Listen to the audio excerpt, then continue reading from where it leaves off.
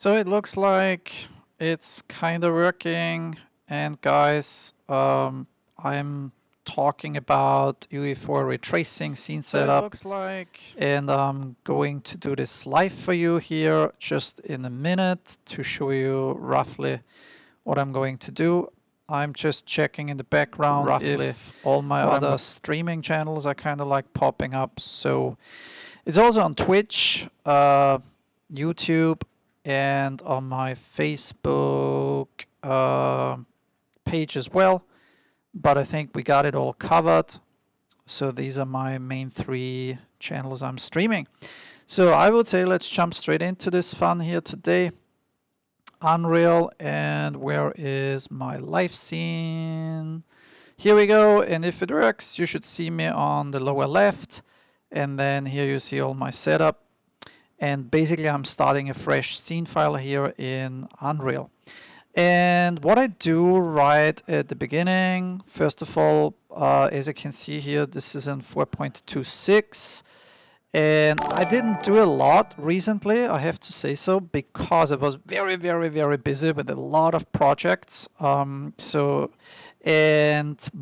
you know what? I just thought, like, for fun tonight, I'm doing something here and showing you a live session, what I usually do, what I usually set up, and so on.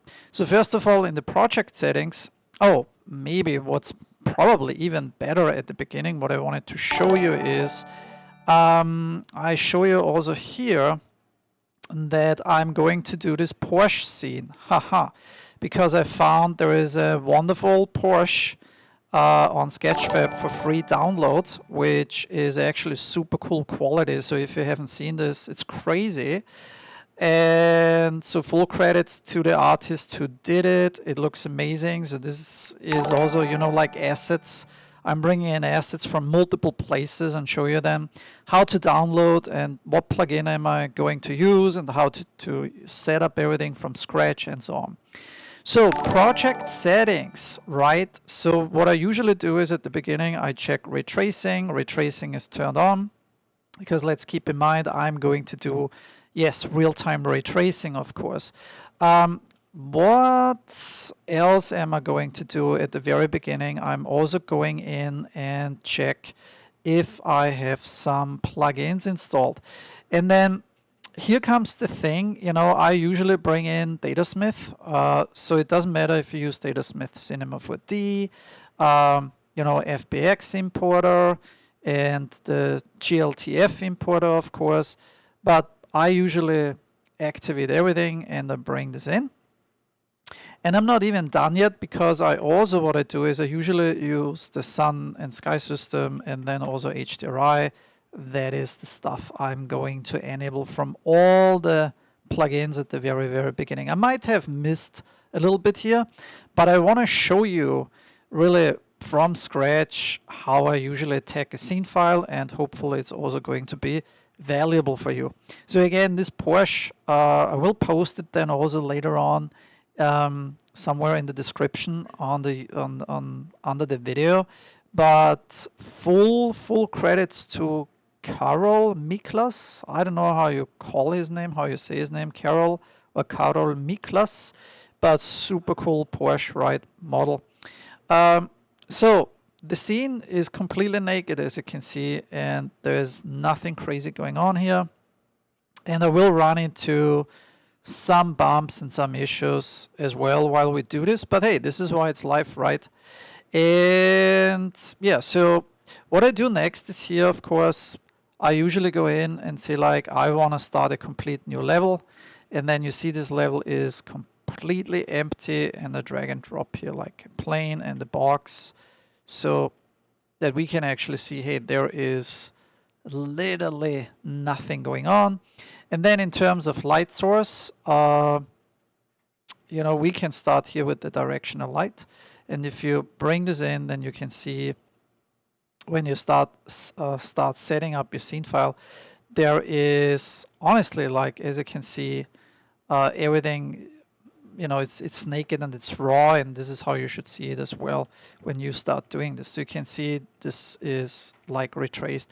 You can also see here, usually then you see like the preview is popping up, And under the world settings, I also turn on force no pre-computed lighting, because I'm not going to bake anything. I just do everything like fully retraced in here.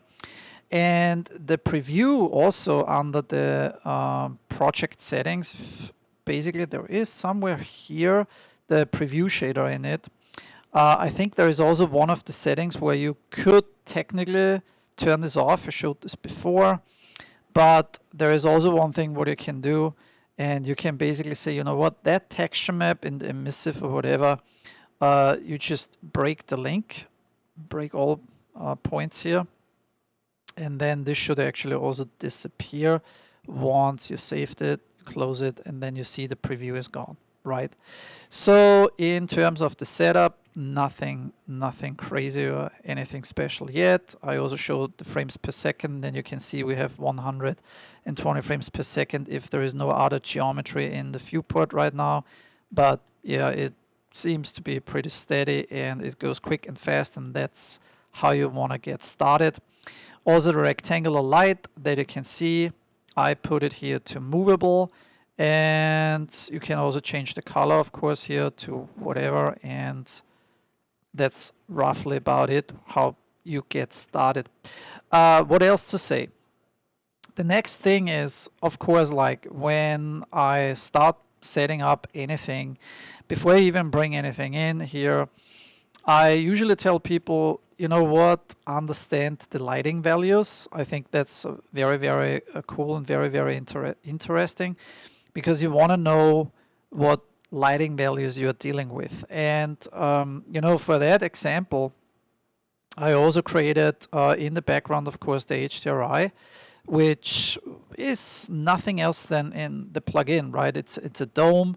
When you click here to brush wireframe, then you can basically see the dome. It's a geometry and the texture map is mapped on it, but it's fully like HDRI, so high dynamic range support, which is of course super cool in real time. And you can see here the speed and whatever, and you can exchange, of course, the texture map. You can also change the projection here so that it's not as distorted and bring it more up, whatever. But you can see this is now nothing else than basically the HDRI, and then we have here, you know, if I press G, that you can also see the light, that additional light. And the light values you can clearly see here are, you know, is basically light values where you can try to match the light value from the intensity of the HDRI with the rectangular light. And as you can see, in this particular case, it's very clearly to see that that light is in a range with 160 candelas that is also matching the light intensity of the HDRI. But if you are not using the HDRI, and let's say I just kill it, right, and let's say you use the sun and sky system, then you will see, whoa, it's going to be completely blown out at the beginning until the auto exposure kind of kicks in. That would take a little while, but what I show you instantly is immediately why I wouldn't even go with this, and why I set up usually my post-process volume up front is because I don't want to use the auto exposure. I want, and I always do this like a real photographer, I want to have full control about my exposure settings. So with the post-process volume here, you want to set this to unbound. So you have here like an infinitive bounding box, so to speak. And then you can get in here and say like, okay, I want to control my exposure. You can see it here. And I want to set it to manual exposure. And once you do that, you see here there is a so-called exposure compensation. That's kind of like a fake, let's call it ISO, you know, if you will, like where you can change the exposure compensation, or film sensitivity, whatever you want to call it. It could be also here like, because it's a fake and f-stop and so on. And then you can clearly see like, okay, I have an immediate impact to that, what's going on here to the exposure. Now, what you will realize is in terms of light intensity and light values, if you bring now the sun and sky system, you will see, holy cow, it's completely overexposed, and that light, the rectangular light, has no influence right now to my environment. And this is crystal clear why, because when you go to the blueprint, and the sun and sky system plugin here is nothing else than a blueprint that contains sky atmosphere, directional light, skylight, and so on. That contains a light, which is a directional light, and look at that value. So that is extremely high, but I'm assuming the developers put that light intensity close to how strong the sunlight would be in reality. Now, of course, the sunlight in reality is so much stronger than your plane light or rectangular light, right? Because, of course, 160 candelas would never cover the intensity of the sunlight.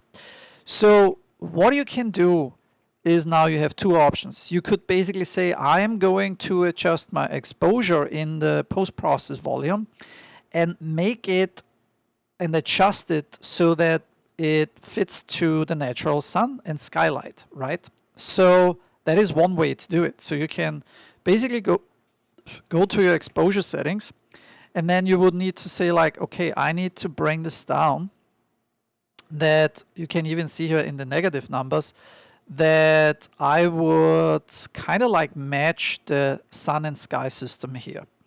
But if you do that, you also need to understand, of course, there are still strong values, because all you did, you basically just made adjustments to the exposure. But that light, what you can see here, the rectangular light, and I choose here a different color, of course. Let's do maybe what really should be visible is a pink. You see, even if you change this to pink, you don't see any influence from this light. And why is this? This is mainly because that light source is just too weak in the overall exposure what you have been setting up from the skylight. So you would need to crank this up to 16,000 or something like this, see, and then you would see some kind of this influence from this light.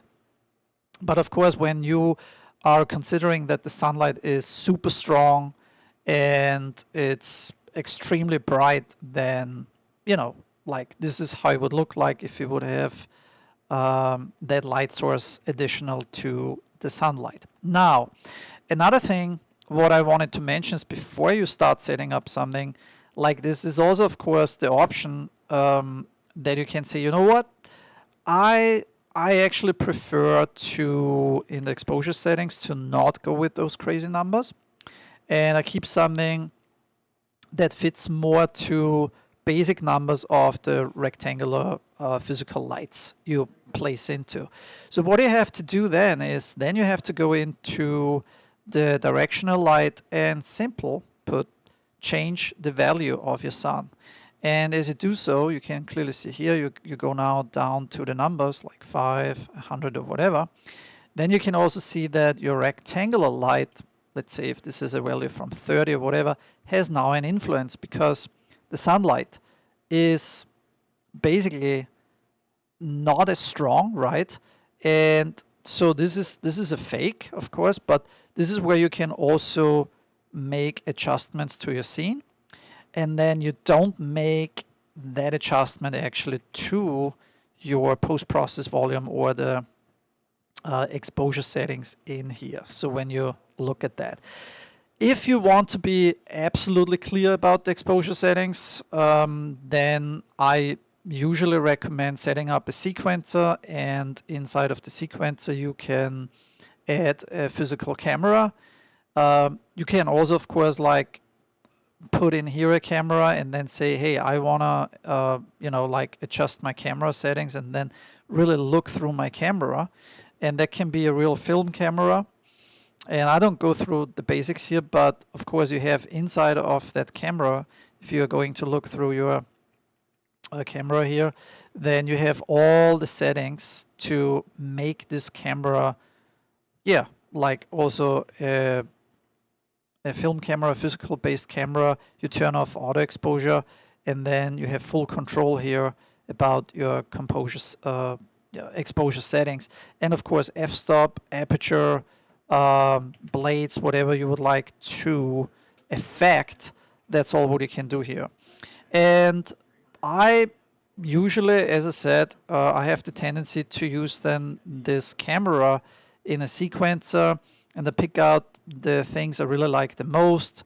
Also in terms of my focal distance, of course, because you can really then affect, like here, what is my focal point, right? You see, like this is then out of focus. You can bring it in focus, and you can see this even better if you have, of course, like a sphere, and then have different shadings and materials and on it, and then you can also play with this, right?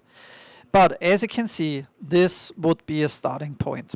Then the next thing, and I have to say, because so the second thing is, like here, I just save a level, okay, because this level wasn't saved yet. So you see here, the structure and organization of your project is totally up to you. I just call it level 001 and save it in my main folder here. But the next thing would be, in this particular case, also checking some other plugins. I mean, we have now here Datasmith, as you can see, import, right? What we don't have set up is, because it's 4.26 and I just downloaded it and I didn't install it, is also some other plugins, for example, like Bridge. Okay, so I like that, especially because it's free and you can download some assets. So I did not install Bridge now for this session. But anyways, I wanted to show you what you can do, because so many people ask me also, hey, what can you do with a car and any assets you bring in from Sketchfab, for example. Okay, so let's do this to just show you how I do things relatively quick. First of all, download the 3D model. Just go with the download GLTF format. And I wanted to say that there is a plugin, a GLTF plugin, of course, also from Epic, but some things didn't really work out, and so I prefer to use the Datasmith plugin, and it seems to work really, really good. So what I do here is I create a new folder, just call it Datasmith, and then that's about it. Then I try to find wherever I was downloading this here now. Sorry, I have like a lot of stuff going on here, and I just extract it to a new folder. So download it, and then there is the free Porsche. This is basically my folder for now. And I honestly also don't care where I download that stuff, because at the very end, all this stuff, when you load it in through Datasmith, and you basically say then, okay, I want to input that, it builds a new container for you anyways inside of your Unreal project. So as you can see, I just browse to that folder, say like yes, go click on Datasmith, my folder. This is where I want to bring it in. I don't want animations, cameras, or lights, materials, and textures. Yes, geometry, yes.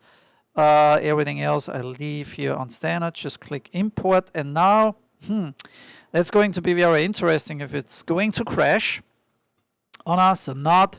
I have to say, I just installed the latest 4.26, was super busy, didn't have a chance doing anything else before, but it looks promising. We got the car in, compiling the shaders, and hopefully we have something here. And we got something, and it's a starting point, right? So this is a super quick and fast way, as you can see. Now you can also see here in the object browser, in the world outliner, so to speak, you can navigate if you select also the scene route, and then you can work on everything and set up the car as you want, and see like what you actually can do with a proper setup. So this is a super raw start, a super raw beginning, and I also want to get then, of course, like what is it called, Megascan, the plugin in the bridge, because then I show you what we can do further. But Also, what you see, we are not done here, by far not done, because we need to make material adjustments and also take a look at our post-process volume and the settings here, what we have in terms of ray tracing and translucency. And so what we have here, let's see, include translucent objects, ray tracing reflections. Type translucency is still on raster. So if we change it to ray tracing, it will change, of course, a lot, but it depends also then on area shadows. It depends then also how the shader is set up. So one thing, what you will see a lot is, of course, this is what many people ask me, is like, hey Bernhard, how are you dealing with the translucency or refraction in the ray tracing? What is going on, with that, and how can you set this up properly? Also, what's funny is, do you see like here the plane reflection from the plane light, right? You can see it now here. So it's all in real time. That's definitely what we can see. So then let's see a little bit more here. We have ray tracing translucency. And then in the post process, let's type in ray tracing here. What else do we want to turn on? So GI, let's see if this is actually helping. And as you can see, if you turn on here the GI, and it doesn't matter if you use brute force or final getter, you can clearly see it starts to kick in. Brute force is cleaner, might be a little bit slower, but it works. The max bounces and the samples is like how many bounces we have, but I keep everything here at the beginning also at the lowest, and that works pretty well. What we also can see is here, I think, to absolutely make sure, there is a plane that was brought in, and that looks like there is a translucency on it or whatever, but we also don't need that, and this is then the naked car.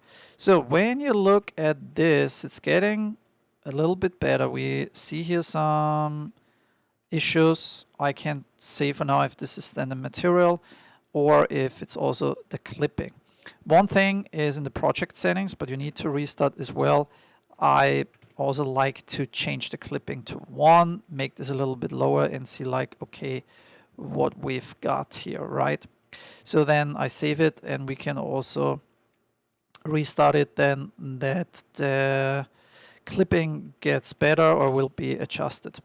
And in the meantime, while this is also saving all the materials and stuff in here, then we can also check what's going on here, why we have this clipping, and go step by step to see like how was this material, the paint material, which is here the parent material, even converted, and what is going to happen if you assign to the car just a basic shade and the base material. So for example, when you create here this box, right, there is a base, and then I just assign it, and then you can see this is clearly a shader problem. So it's not a geometry problem.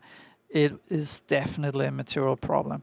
And you can also check this by creating super quick here.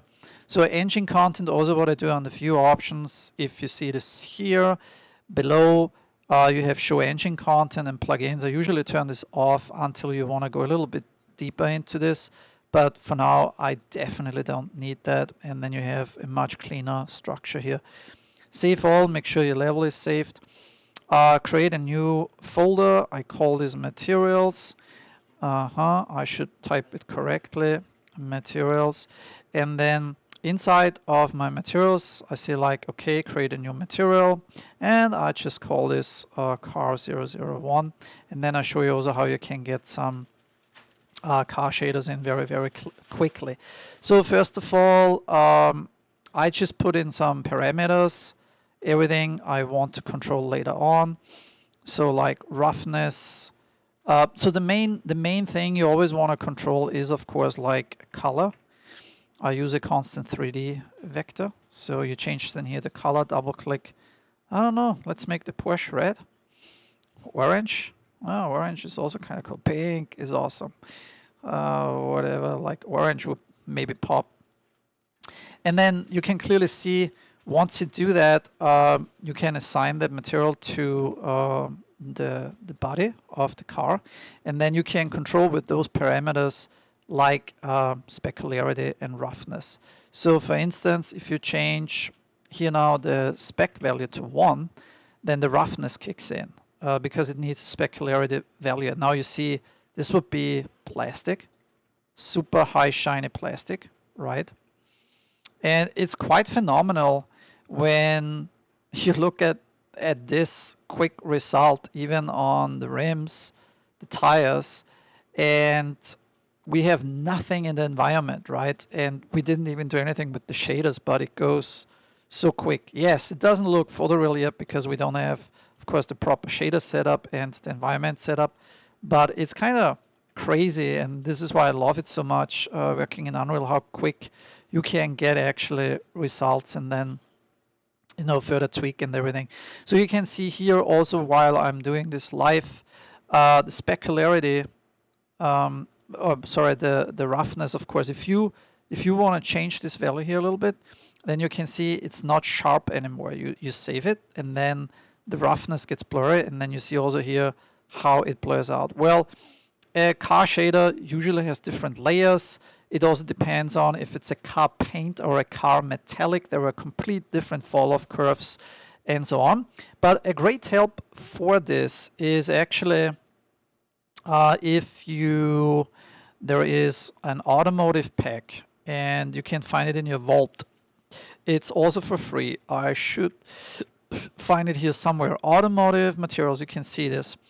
And I can add this for example, to my project, okay? So all I do is I click on project, and then I select Porsche. So this is my new project in 4.26, and I select edit to my project. Now you have to wait a little bit for the download. It downloads the package, and then it brings it inside of your Unreal Engine. I love it. I mean, it's super cool because you have instant access to some basic automotive materials. You can, of course, always create your own. You can always, of course, tweak whatever you want to tweak. But in this particular case, I don't need to do anymore. Then also because I didn't install the bridge yet, I want to show it then later, maybe on a different level. I do a second level and then show you what we can do is maybe there is also an automotive bridge scene. I have no clue. I click on it, and I didn't even test this before I click it and add to project. But that's what I also like so much about using Unreal, because when you use real-time technology and you also want to design something, or you want to check out something, you want to test something relatively quickly, also in the look and in the in the feel, then this is actually something that can be very, very powerful and is very, very useful. One thing I also wanted to show you is once you set up a basic material like this one here, right? What I do is also like I change this then to parameters, so you can change this to parameters. Let's say this is metallic, and then you can create instances. So this parameter is the spec, and then here the roughness. So when a lot of folks are coming from the traditional 3ds Max V-Ray, visualization, in the runtime, in the game engine, roughness or whatever, in the reflection, it's kind of like the opposite values what you might have been using before. Also here in the color slot, you can also change this to a parameter, and I just call it color. And so once you did this, then you can create here an instance, and you can also specify here default value, slider minimum and maximum can go to 1, can do the same here for like 1, roughness the same from 0 to 1, default values are specified. So, and if I, for example, say like in the roughness, I always want to have my default value 1, then you can see this is a perfect high glossy plastic. You see, this is like how it looks like. And of course you could exchange then the color on the fly and whatever colors you would like to you would like to pick and choose. But this is the base, parent material. And then from here, you can then go in and say like, okay, I'm creating a material instance. And that is maybe what you are more familiar with if you're using 3ds Max and so, because, or even Maya or Cinema 4D, because then you see here those values. And those are from the actual material slots, the values you can now influence. You can see if I change my value in the metallic to 1, now I'm saying to the shader, hey, the fall off is different because I want to use like a metallic value. So now it's not applied yet because I used here my paint material. You see it also on different objects. It behaves completely different, but you can clearly see, whoa, look, this would be pure metal, which is not the case also on a car shader. But the cool stuff is now, look, if you change this in real time, you can make those adjustments and you see immediately what's going on. What I also like to do, so I showed you how quickly this is set up, is the influence immediately in the sun and sky. And you see me also like, I delete things like super quick and add something new. It's not rocket science. You can drop in then here your HDRI. When you see the flickering, it's just everything is coplanar on level C on 0. So your drag and drop is a little bit below, and then all the flickering is immediately gone. Now what you see here is again a fake environment, an HDRI fake, which is also a blueprint that inherits, so to speak, and contains a skylight, and the geometry. The geometry I showed you here before, again, like with this wireframe, right? But what is really cool is in my post-process volume, again, because I control my exposure, this is all what I need to do. I can set this up and say like, okay, let's have a quick look now at my car, at my materials. And materials can be very complex. That's why I'm saying if you don't want to become a developer or like somebody who gets deeper into materials, you don't have to anymore. The creation of being, I would say like creative or whatever, is cool if you get material packages you can swap out. If you know the fundamentals, that's totally cool. But there isn't so much more crazy stuff you would need to learn, and this is also what I like about this. So if I save this, let's see our projects basically from here. The automotive materials and the bridge scene seems working, or it's like in my container already. So if you click save all, everything is in here. Then in the automotive materials, you see here the materials, and I can clearly see exterior. There is a lot of stuff in here already: plastic, metal, glass, decals, car paint. So here we go, and whatever. You have to wait a little bit so until it loads and it compiles when you first assign it. But what's really funny is that, you can see it looks pretty good and it works very, very well. One thing I wanted to mention is if you, and I didn't check this, if you run into any shader issues here as well, especially, also this looks like it could be an issue, but I have to restart because also we can get closer with the clipping to our car. Usually if you see here any crazy issues, then it means that most likely the UVs have not been unwrapped the way they're supposed to be. Okay, so this is very, very important to understand. And I can't stress this enough. I did not check the model, of course, here from Sketchfab, and I'm assuming what he did a perfect job, most likely in unwrapping, because you can see it also everywhere else, right?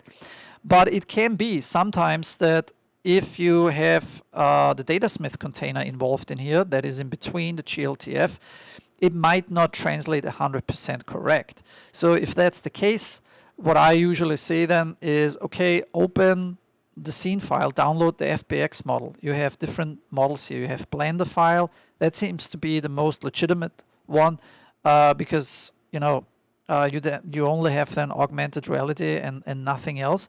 But from the Blender file, you can also export FBX files. You can check the UVs inside, and you get deeper access to the 3D asset that you can also influence.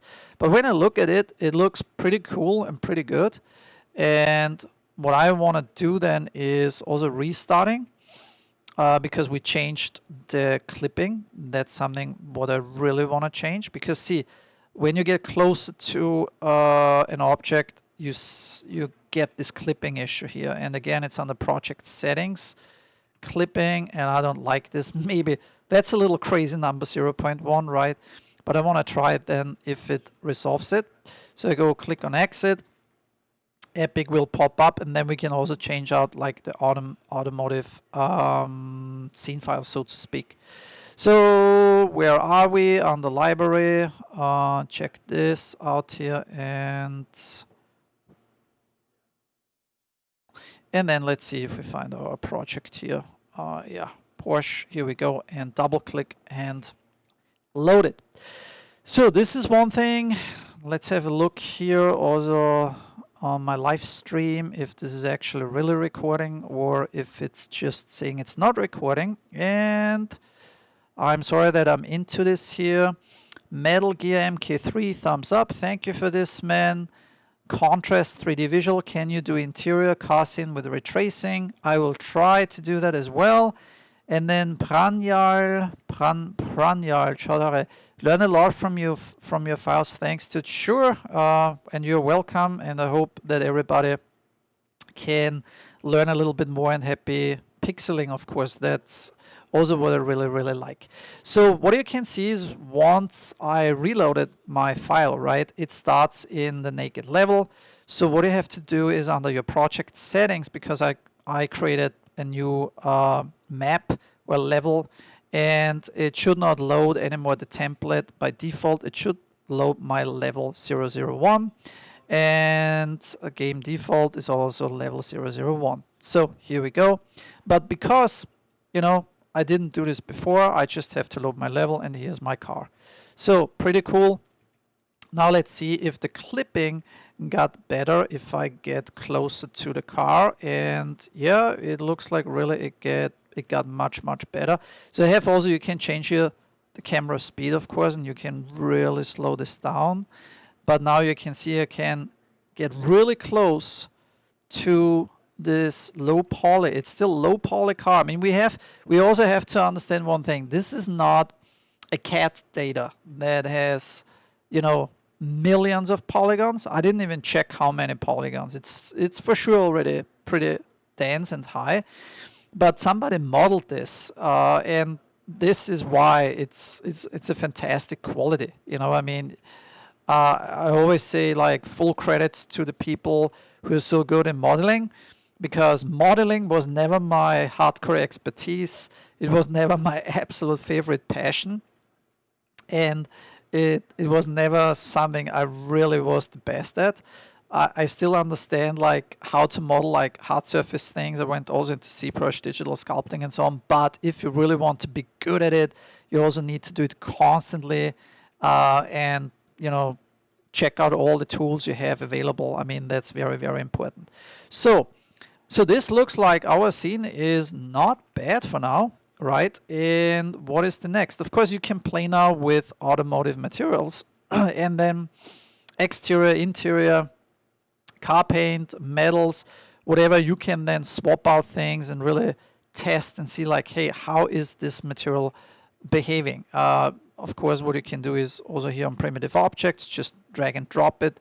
You can also pull out a cone, take this here, or a cylinder, and do the same over here, and you know, assign different materials and see like, hey, what is going on if you assign this material to the floor, and so on. And this is where I have to say, so it is so cool when you have ready-to-go materials from two places. I love to use Substance.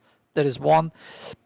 And another one I really like is, of course, Megascans, Pixels, you know, like, and using the bridge. I have it loaded up here, but I didn't set it up now for this project. So, Anyways, okay, what is the next thing? Let's check out what we have here in our bridge scene. So there are maps. That means they created already maps for us. I'm going to save this.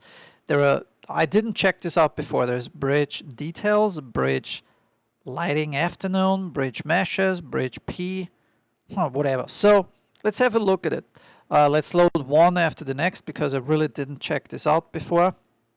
And it might work that we can, bring assets into from this level into the next level and then play with it and see like, okay, what can we do in the setup, or like we can put the car on a bridge and so on. So of course we could also check it out, like if you're loading the Epic launcher and then you go to the project details, maybe they do have a YouTube video or like a reference on a website or a blog, or if it's in the marketplace, that you can actually see what they have been building and how this thing looks like. You also never know when you use those assets how they have been setting up their shaders.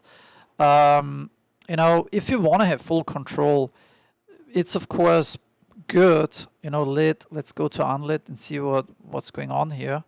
So all I can see is, okay, that means for the bridge they created details here, and that looks like a lot of decals for the details, as you can see, like grass and such stuff.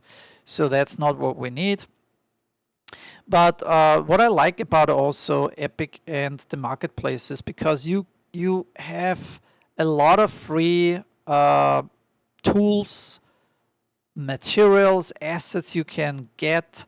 And if you start creating your own library, I think that's really, really amazing. Look at this. Very, very nice. What is this? HDRI, it looks like, environment. So this is a bridge lighting afternoon. Okay, what's going on? There is an HDRI backdrop. That's what it is. And that's basically it. So in here, if you go to brush wireframe, yeah, then you can see like, okay, that's the dome, and then there's the projection from the HDRI, and that's basically it. So if you want to use something like this, right, that is preset, okay, go ahead, you can also do that and then use it. But of course you can always use, like your own environment. You can go, there is a nice source. What I usually do is if you go to free HDRI, I think it's called HDRI Haven. And then here we go, you click on HDRIs and you can all download them for free. And, like they have crazy high resolution as well. And then you just swap it out, whatever environment you like. Exterior, interior, there's one. Looks pretty nice. Hercules Säulen. So okay, that's German. See, so look at this, 19K. So awesome, right? Holy cow. Okay, so what's going on here? There is some map check warnings. Let's go to unlit and see what's going on. And then here we see there is the geometry. Very, very cool, actually, I have to say. And if you want to check on this level how it looks like, because we installed now the HDRI backdrop, what we did before, you can bring down the projection, go on lit, and then have a look. There's of course auto exposure on, you can clearly see that, right? And then, yeah, this looks as an asset already pretty cool, I would say so. And what I'm curious now is if they built everything. There are blueprints, it looks like, and it looks like they put this all together with meshes, single meshes, and then they built this bridge and put this all together with the texture maps. Nice job, actually, right? If you have those assets, it's pretty nice already. Look at the lanterns, and so the lamps. Look at the metal, right? Kind of cool. I mean, Super nice texture maps. And now the question is, okay, what do you want to do? Like, want to bring this to another level, or want to bring in the car into this place, whatever. I mean, however you decide doing it, because the lighting is not going to change a lot, or the car, etc. So you can also drag and drop here the car, and then you can see, okay, we have the car immediately into that scene file. So if I don't want to jump back to my other scene file, and then I can save the current as bridge and Porsche, and then I created instantly a new level, so I could always bounce back and forth and say like, okay, maybe I have like the car set up over there separately, and then I have here my car setup. So, but what you have to understand is when you do this and there is no other lighting setup, you also don't have now the post-process volume in here. So I'm really fast doing those things, so I really don't have any problems setting this up quickly, as long as you always understand, what are you going to do with the exposure settings, how you set up a shot, with different values, and how it's influencing everything. For instance, here the bloom effect seems to be like very, very strong. I don't like this, and turn off the bloom. And as long as you know how you set up the lighting, and as you can see also here, how crazy the thing is still in the exposure settings is blown out, right? But you will always achieve very good results in a very short period of time. So what else can we do?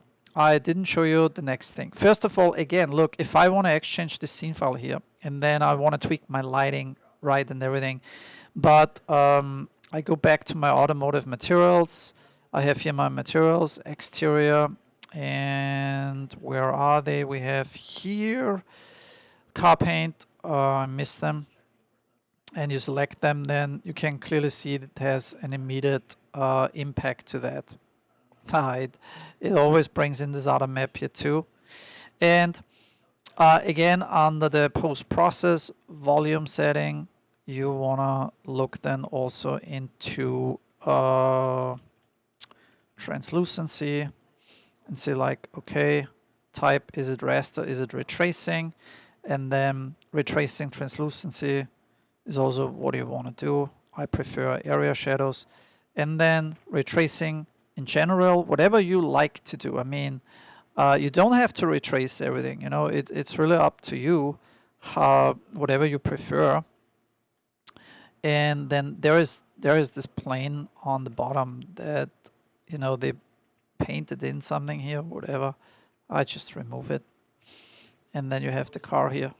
So, and it's getting then really, really cool.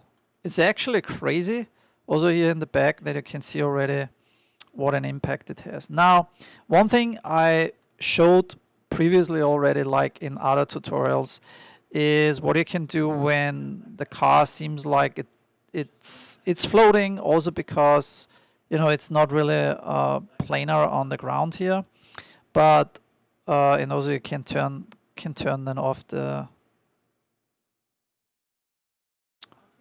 snipping, so to speak, or snapping.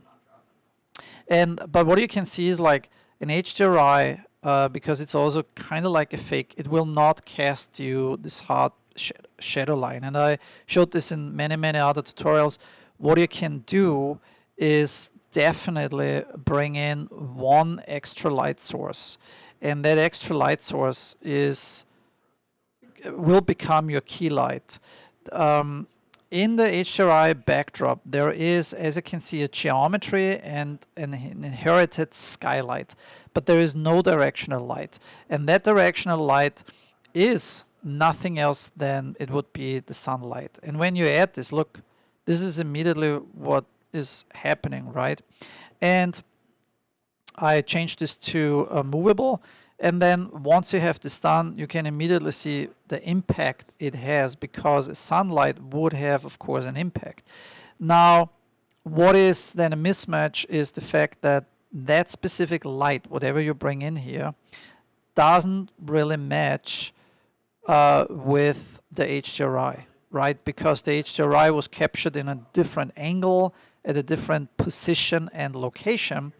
And this is what I showed previously as well, what you can do and what you should do to make those proper adjustments.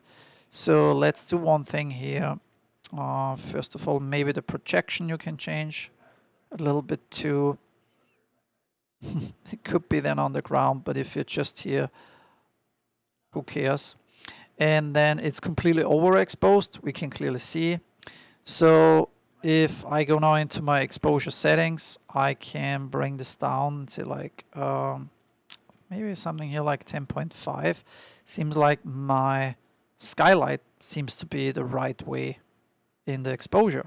Now, as you can see, look very careful. Now pay attention what I'm doing here. This is an old trick, but this is what you can adjust all the time with HDRIs. When you look at the sky in this from this HDRI, right, then you will notice that the sun was behind the clouds somewhere here, and when you change the exposure, you will actually see it. You see, the sun is obviously here, but the directional light we planted and we set does not fit that sun position. Okay, so what does it mean? It means I usually go then into this directional light, because this is my actual light source. You can see it. I can pop, I can really bring this up and make it more intense to see where we are. But if I'm standing here and there is the sun, that means that shadow is wrong, because that sun is somewhere here on the left and it doesn't match, right? So what you can do is, now you go into the settings from that directional light, and you can clearly see when you rotate it, you change the position and you change the impact from that light. And usually the two values in the rotation where you can really control it, as you can see here now, is Z and Y. Okay, so what does it mean? I want to make sure that I make those proper adjustments, that this light is kinda matching the shadow from my HDRI. And of course, it will only work if you don't rotate your HDRI. You can also go in and rotate your HDRI, but then you need to adjust the directional light over the opposite way. But at the very end, it's important that you have a match that kind of, works for both. So Y, as you can see, shows the angle, the sharpness, how high up it is or how low it is. This is for sure already lower. I mean, it's not as low like this, that the shadow would be as long, but it could be that the shadow might be already as long like this. And when the sun is here, let's see where it would be. Maybe the shadow would fall somewhere here. So now, once we see this, we can turn off this light entirely.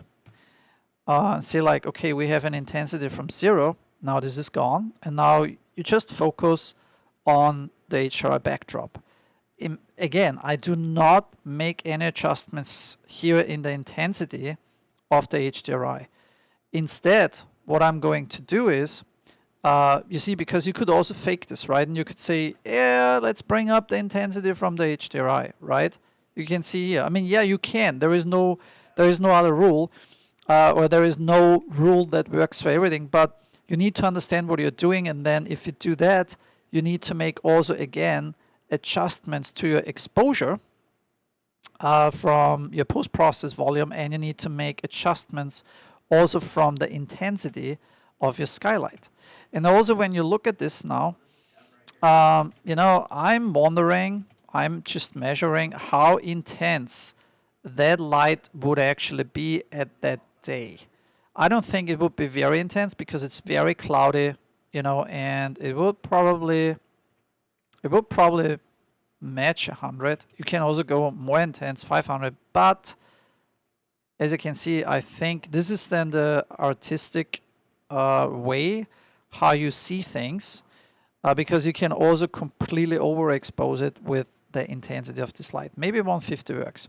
The other thing is that would never match right now is, I have to say so, is of course the shadow. You see here the line. When you have a cloudy day like this, and the sky is like very cloudy, right, and hazy and so on, you will never get this sharp shadow here. It's impossible. For that reason, you have the source angle here, and you can pump this up like 50 or 10 or something like this.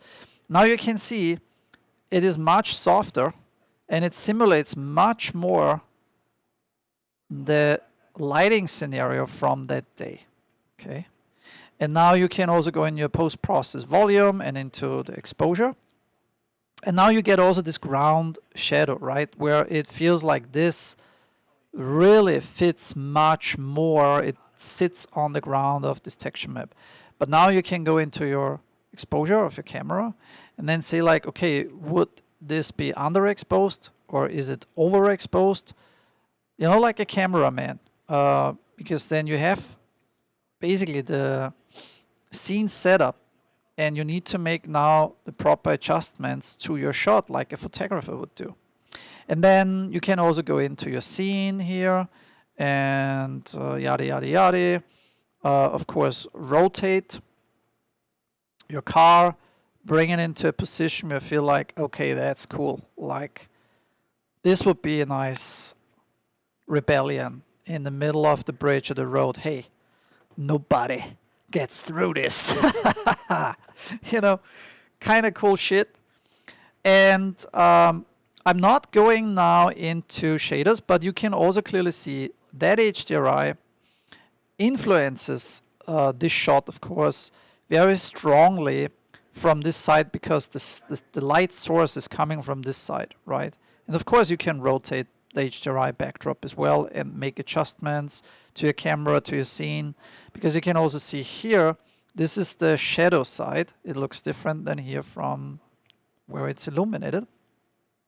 And I still have the impression that, you know, my directional light seems to be too strong on that day. And now you see that it's not burning out the material and shader as crazy. And it feels kind of like much, much better. Okay. So also what you can do is play mode. Now we're in play mode. Check it out. Gameplay. How does it feel? Feels pretty okay for now. Feels pretty good already. Kind of crazy. Also, a quick fun part I show people is save current and then under project settings. If I didn't forget that, and maybe I just did, but I think there is a setting, yeah, about simulation. It's called simple and complex. And what you can do is use a simple collision as a complex setup for all the collisions. And what that does is if you are adding to this game a feature content like either first person or third person, right? And I add it to my project. I have now here my third person. I go into my project settings, change also my maps and modes from the game mode to my third person game character I just created, and I click play. Well, there is a few shaders from the third person. You have to let the computer do his work. Then you can see when you do this and when you spawn, also here from the top, let's play it again. Yeah, you are kind of like falling through. And in the project settings on the simple, then I did this wrong. You need to swap this out as use complex collision as a simple. Okay, and if you do so, and let's say we are starting from the top here, and you click play, check, now it works. Now it all start. It's working because all the complex collisions you have been setting up, it's an auto, and it will consider it as a simple collision, and that's pretty cool for any gameplay. If you want to do a quick setup, right? What I always feel a little bit confused about the standard Unreal male character, whatever artificial character that is, it always feels like in the scale that this character is a little bit too bulky, a little bit too strong, a little bit too big. But also from the measurements here in the datasmith container, what you saw, like what I just imported, kind of cool. I mean, that even scale, texture maps, and everything seems to be really working. Of course, we have to check then the shaders for the glass and the refraction and reflection. That is always a problem in the translation, but we can also check this then out, and we can also see like if translucency would be, for instance, rasterize, if this shader would work for raster or not. No, would not. And we also would need to check then if there is double geometry and so on. But that's a material session I most likely will show you guys also in a different session. I got a lot of questions about how I usually do then the refraction and the reflection fully retraced.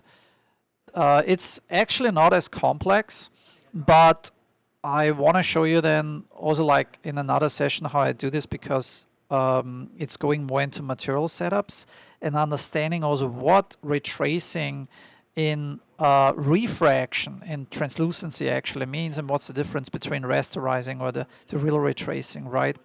So, but as you can see, phenomenal. Next thing, what I usually do is in a quick scene setup like this, right? Is, as I said before, it's time for a little sequence. That means setting up the sequencer. And the sequencer is super cool. I mean, that's one of my favorite tools, and I'll show you how I quickly do this. So add level sequence. Again, you can create sequences within the main content folder, but you can also create, feel free like in the organizer, create a folder and so on. I just call it whatever, sequence sec 001, and here's my new sequence, right? I save it. I instantly create a new camera, and then this camera is basically living in my sequencer, okay? And you can see I get, first of all, my aperture, right? So it's very important. It works immediately. As you can see, if I'm changing my aperture, pretty cool. I can immediately change the exposure as it should be. It's a physical camera. I can change, of course, also my focal length. So whatever lens I would like to have in real time. I mean, look at this, super cool. I always love it when you're a photographer, cinematographer, you have all the movie cameras, film cameras, with all the fancy equipment, like, because this would be super, super, super expensive if you want to have, let's say, if you want to shoot wide open with an aperture from 1. And as you can see, there are some components missing in my camera actor, in my scene camera actor, so to speak. And you know, that's for instance the exposure. So what I do is I click also on exposure. You see here, of course, I want to have manual. Okay, this is set. And the exposure compensation I also want to bring over. You click and add it and bring it over here to your sequencer. You want to save your sequencer. You want to maybe save the full scene. And then, you know, I go a little bit here to the settings where you have like autosave and everything. But what is super cool is the exposure compensation is a quick, nothing else than a quick fake for, you know, like really the exposure. I mean, you could in theory say like, hey, I want to operate the whole camera like a real physical camera, and then you don't want to use like the exposure compensation, but you really want to use the ISO, the f-stop. You know, a photographer knows exactly the settings on the camera and what he can do. But what I do is here, this is a shortcut for beginners as well. That makes your life so much easier. You control the aperture, the focal length, then you have the exposure compensation, and you go in and also change, of course, your manual focus distance. Now you can clearly see what's going on here, which is super cool. I mean, look at this. And this was done, what? This is a photoreal shot, quickly done. I didn't model anything, with a few quick assets created here. And I can exchange the mood and my set dressing, right? So if my director or my client or whoever I'm working for, you know, is telling me, Bernhard, I would like to change the set. I want to have a complete different look. I don't want to have this road. I want to have this car in the desert. Then here we go. You know, for instance, this is why I love it so much on the bridge. You have then all the collections. Of course, you have to kind of build it, but look, I mean, you have canyons of Utah, whatever. I didn't even check out the latest stuff. You have neoclassical modular buildings. You have Nordic coastal cliffs and what on, and you can build and create and play with lighting and shading and color correction and everything you want. So this is super cool. One thing I also wanted to show you is, for instance, this is set to digital film. You can also change it to a 16:9 DSL camera. Those are presets. Basically, you know, like you can also create here a full frame camera. You can mimic a camera that has a crop factor and so on. You can literally do anything here. You can, of course, also change your film back, so the sensor width or the height. And what I like about this as well is when you do that, look, you can make this super cinematic, right? Like, kind of like already cool. And then you always change the focal point. And keep in mind, this we're shooting with the current aperture from 1.3, so like super nice lens, right? I mean, if you make this lens like, let's say 50 or 24 plus, doesn't matter, then of course you need to increase the exposure compensation, but everything will be sharp, right? It's not like this cinematic look. You basically feel like this is what you want to have. But if you go down to a 2.8, change of course exposure because it's completely overexposed right now. But then you can see that slightly in the background, like here, the lamps and whatever, they are getting blurry, right? And that's the whole point. Now what would be super cool to change this set super fast, that you create more depth, super quick. You know, you go in, change the set dressing, and I bring my I bring the Porsche to the front, to the top of the bridge. Now I get a much longer bridge. The depth is increasing. Now this gets more and more blurry. And if I bring this down to 1, I need to make my adjustment in the exposure, and I have this kind of like cool stuff. Now, what is also amazing, I mean, you can go like literally super crazy, but you also want to make sure, look at the nice bokeh effects, right? And this is the bokeh from the specular highlights. What you can see here is in the camera settings, you have blades, and it's kind of like from the shutter surrounding, and you can specify, do you want to have 3, do you want to have 2, do you have 1? 4 is actually here, or 5 is my favorite, is the limit. But it's already pretty cool because, you know, then you get those nice bokeh effects and you can also influence them. In the camera setting itself, oh my gosh, you have so many more options. You can change, for instance, the vignetting. You go in here and you can say, hey, 200 is the vignetting size, and then I want to change my intensity. Look at this, right? And you can create that. Of course, you can go in and can make all different kinds of color changes. So in the post process, you can say, wait a minute, bloom. You can change this to convolution instead of standard. You know, I brought actually down before, if you want to override it also again in the camera, the bloom settings. But you know, camera overrides the post-process volume settings. So you can use both. You can use only one. You can use it in combination. So this is really all up to you. Yada, yada, yada. But look, for instance, if you wanna have then lens flares in it, you can change the intensity, you can change the tint, bokeh size, threshold. It's really crazy. We just we just selected the vignetting intensity and global saturation. I mean, also contrast, gamma, gain. Like this is, if you're familiar with color grading, it doesn't matter if it's an Adobe product, Magic Bullet, Fusion, Nuke, whatever. This is basically all in it. I mean, I always tell people, look, if you know color grading very well, you have it in Unreal. I mean, you can go in and, for instance, of course, change overall the saturation, but that's the master level. You can change the saturation just in the red, green, blue level, right? You can turn it all off.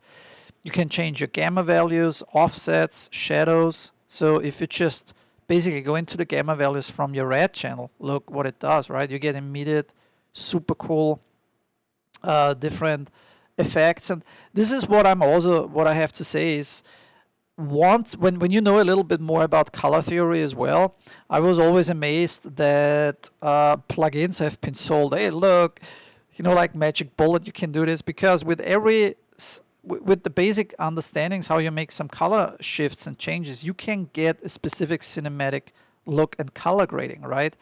And so if I would make this all a little bit warmer here, so it fits to the scenario, then you want to tint it like in the colors, whatever you like to prefer, but it depends also on the environment. So the environment is very, very green. So maybe if everything is green, your car should be green too, because you want to have color palettes that are, they're closer matching to each other.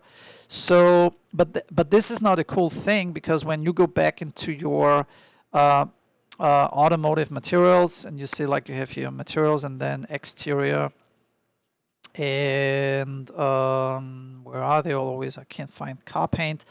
Then maybe you want to assign the green one. Look, I think anyways this looks super hot, because there's also a fall off in bluish. You see the fall off gradation, right? They did in the automotive materials. You can check out, of course, the master material, but when you do so, you will see that the shader network underneath, that's under the hood, you can control, is kind of more complex. And that's why I'm saying, if you want to know more about material creation and what's really going on under the hood, that requires a complete different session.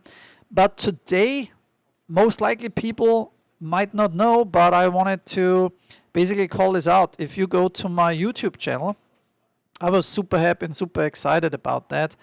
And I like to thank everybody. And I don't know where I actually can see it here, but I got 4,000 subscribers. Yoo-hoo! And because I got 4,000 subscribers, I thought, like, hey, a little celebration today, should be I'm doing a super quick, short, live video tutorial. And if you have any questions, you can ask me. And now I'm jumping over here in some comments. So Branyal already, I like to use the camera aperture and ISO to control the exposure. Absolutely. Sebastian Dell with Megascan Street and Assets, that can be really great. This model, it's free. Yes, that model is free. I just found it also. It's crazy, right? And then Joel Boole, sorry if my name is not correct. Colorado Bridge in Pasadena. yeah, whatever. Seems to be right. Sebastian says 5 to 6 meshes combines, right? Pranyal again, also what processor you are running? Does processor speed matter in Unreal, like for compiling shaders? Ty Clark, I will get to your question. Fabricio, sure, I will get to your question then too. Wait a minute. Okay, I didn't see those comments here before, and I'm just, this is my first stream, so to speak, really, like, I need to get familiar with this. Keep doing cool shiz. Yeah, thanks, man. So let's have a look. What was the first question? I wanted to go back and look at that. How come? Oh, the computer. Oh, the computer. I actually don't know anymore. I check it out here for you. Properties, what's my computer specs?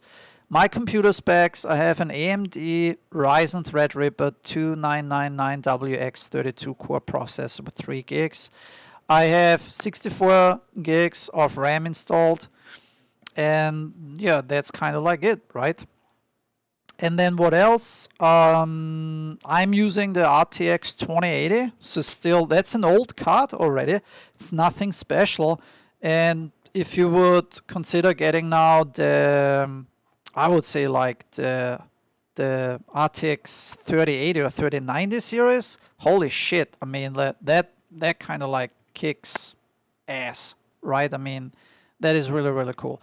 But look, for instance, here now this green looks to the green in the background, I would say it fits better, right? It looks really cool. Now, this is also gameplay. So that means, yes, we can jump in. But understand, when you do the gameplay, now the post-process volume kind of settings are kicking in. But it's pretty cool because, look, it's super fast. It works. The graphics are amazing on my RTX 2080, and this is all freaking ray traced, right? So at this point, so it's all ray traced. And but anyways, you can also then change, of course, the settings here. And yeah, I was like, look at this, crazy, right? Oh, different world. So what's crazy is, I have to say, so I love the sequencer. And of course, also when you use the cinematic camera, it has a huge impact and it's super cool. Maybe one thing I also wanted to show is, oh, going back to the questions. Fabrizio, thanks for this tutorial. It's amazing. It's already 2 a.m. here in Brazil and I'm still here following this amazing class. Ha! Yeah, Brazil. Dude, like, all I hear from Brazil is good stuff about girls and women.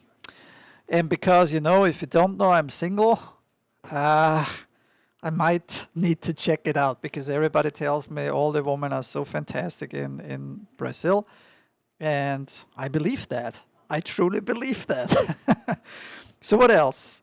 Ty Clark, your info and videos have been very helpful. Sure, appreciate it, man. Yes, and then there was another question about glass, right? I will do this. I'll promise you guys I will show you what I usually do. There is maybe one thing, a quick thing I like to do as well is when you go into your material library and Vault. It's also free. There is, let me search for it. It's called Glass Advanced Glass Material Pack. So this is really cool too because once you have it all on your machine, I add it to my project, it's downloading it. You have to wait a little bit, boom, done. Of course, it will compile a little bit, right? It will take some time for the shaders. But look, you saw it at the beginning, Advanced Glass Pack, just got in the bridge scene, I got in the Porsche, Automotive Materials is in here, and now the glass pack. So I go into the glass and you can see there is clean, dirty, frozen, shattered, wet, which all, by the way, are really freaking cool. And you can see this here if I go to the basics and I drop in a sphere and then I go to wet and there is a wet material. You need to check then, of course, so to speak, so the shader is compiling, but you need to check then if you have the proper UVs, you know, on your geometry. I usually use either way, Max, Blender, Maya, it really doesn't matter.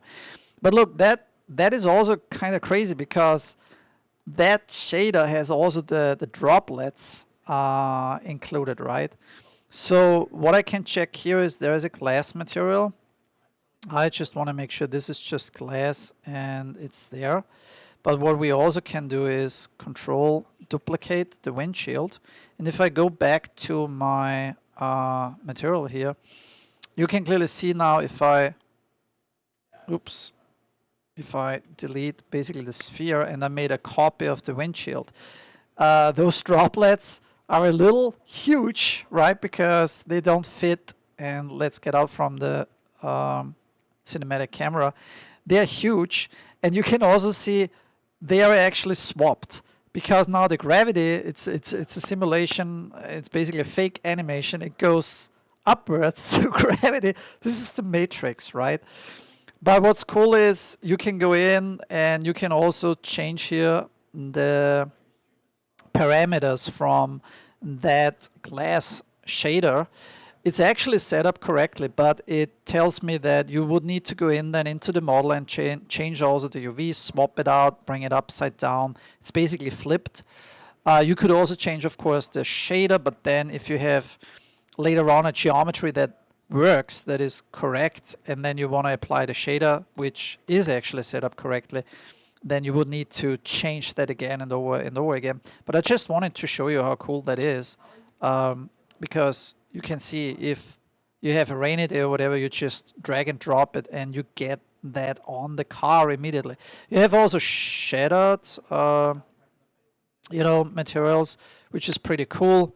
Depends again like how you have been unwrapping the UVs. It's all about texture maps who have been projected. You can clearly see here that would be like crazy, right? But as you can see, it works.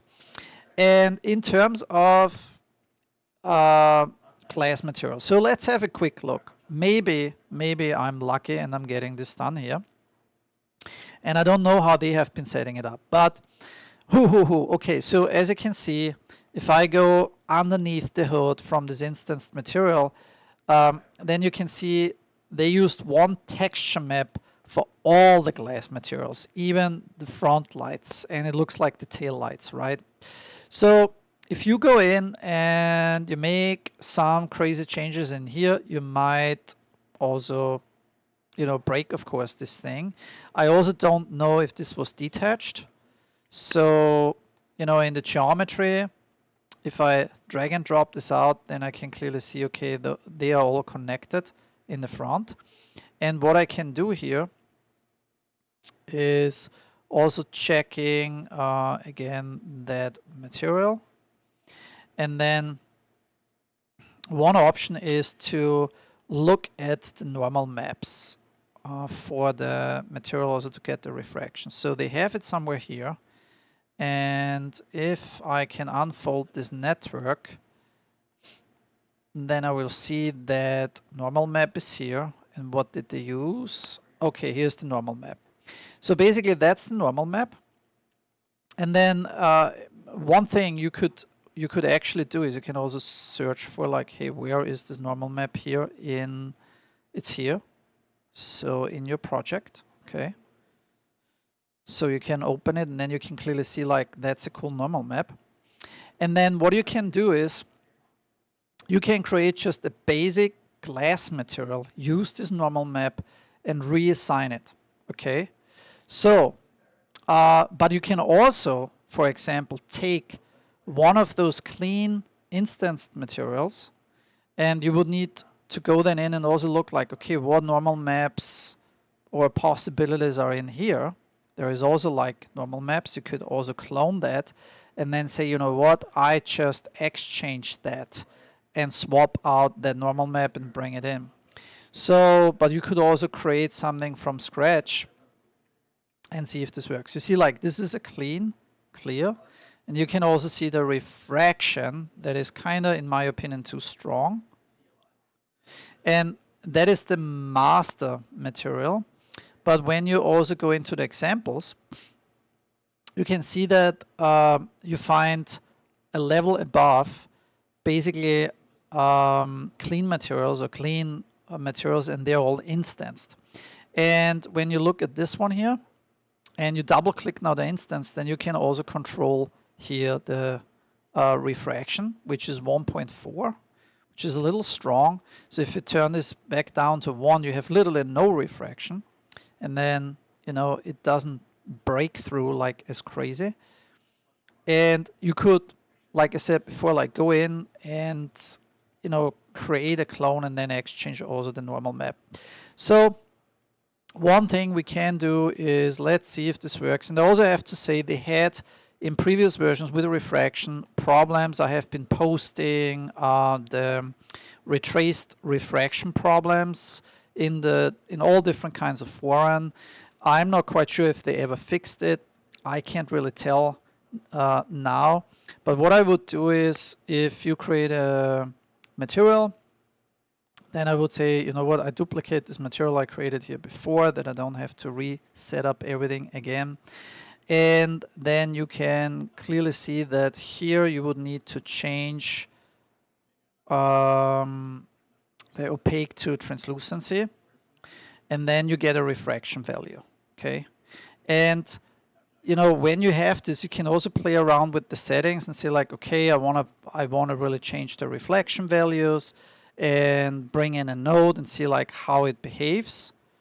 And if you keep it to opaque, and you say like, okay, I want to do it the classic way, then you have this possibility that you play around also with the opacity. But where is this? I think I would need to go then in and also look in my other settings what I did before. And Alexa wants to talk to me because I'm getting a phone call in and I didn't respond in a long time. But I will, as promised, get back to you guys, and we'll create then a version after this for you guys, also in an online session, where I will show you exactly how I did it also in my other videos. If you haven't seen that, in one video tutorial, I was actually going into that as well. Is here, if you haven't seen it, is in the Automotive Hello everybody, this is Bernhard. Unreal tutorial, which I was going through the settings and also that glass material, how I usually do it with the normal map, and switching between translucent, glass, refraction, and also, of course, the rasterized version. So, but look at this, guys. First of all, let's clean up this mess. If you want, I'm going to upload that scene file for you, like usually. You can download for free. Look here, a little bit color grading. It's cool. I'm going to fix the glass. I'm going to do this for sure for you guys.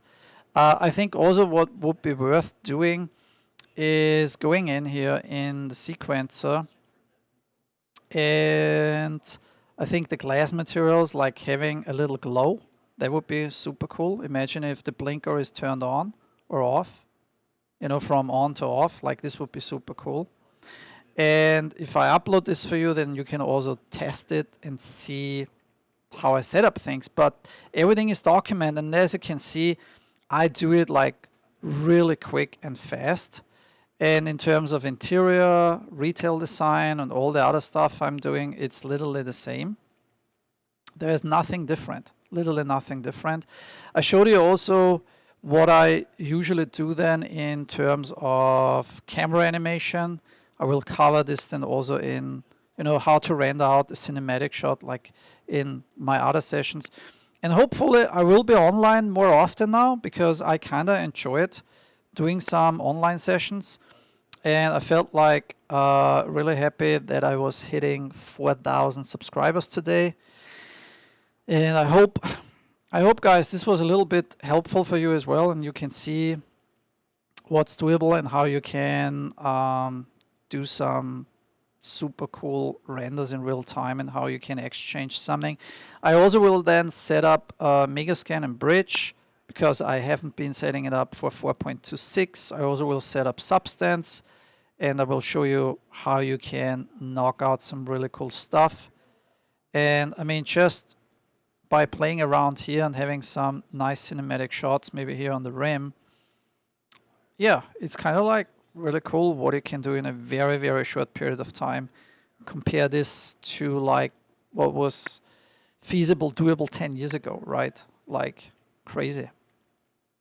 All right, gentlemen and ladies and gentlemen, I hope you enjoyed this session. I hope you liked it. I hope you could get out some valuable information, and you can see how I do things in a very short period of time. I also again want to thank the artist on Sketchfab, Karol Miklas, thank you so much for this amazing model. I mean, it's crazy. Thank you so much. Appreciate it. And you can see what you can do then. And if you have any other questions, please, of course, feel free to ask me questions. And again, sign up on my YouTube channel if you find it useful, especially if you signed up. Of course, if I am getting online next time, I don't know where this bell is, but there should be somewhere a bell, right? If you click this, you get an info that I'm online. And when I'm online, you can ask me any other questions, whatever you would like to know. Hit me up. I'm super busy with work, crazy busy with work, but I'm trying to help you as much as I can. And yeah, check out also my homepage. It's fattybull.com. You find on Fattybull, and this is also maybe what I want to use today to clarify, under my resource section. So when you are at Fattybull, there's the resource section, right? And you can download all the projects, everything for free. I get always the question, how can I download this? All you have to do is you click here, the big button, like click here to access all projects, and you get to my Slack channel. And in my Slack channel, there's one channel called Download. And when you do that, okay, when you do that, then you will have full access to all the project files, okay, to everything I have set up for you guys. Okay, and if I swap here over here real quick, then you can see here is the download section, and in the download section you find it's pinned on the very top, basically the download here, basically the link. Okay, so I copied and pasted it also for everyone, like really to see it where it is. But if you're in the channel, it's the first thing you will get. It's here, it's pinned, it's on very top, and when you click on it, you have access to all the files you can download. Okay, so my Slack channel is also, I don't know how many users I have, like 1,000 people, and here you can post your stuff and like ask all the questions you have, etc. But again, that's it. I think the most important thing is on YouTube, because you will get best chance to get notified if something is coming up and if I'm going live. So that's it for tonight. Yeah, I think I should eat something now. It's 1 o'clock in the morning, and get ready for some other stuff I have to do. So all the best, have fun, happy pixeling, and talk to you later. Take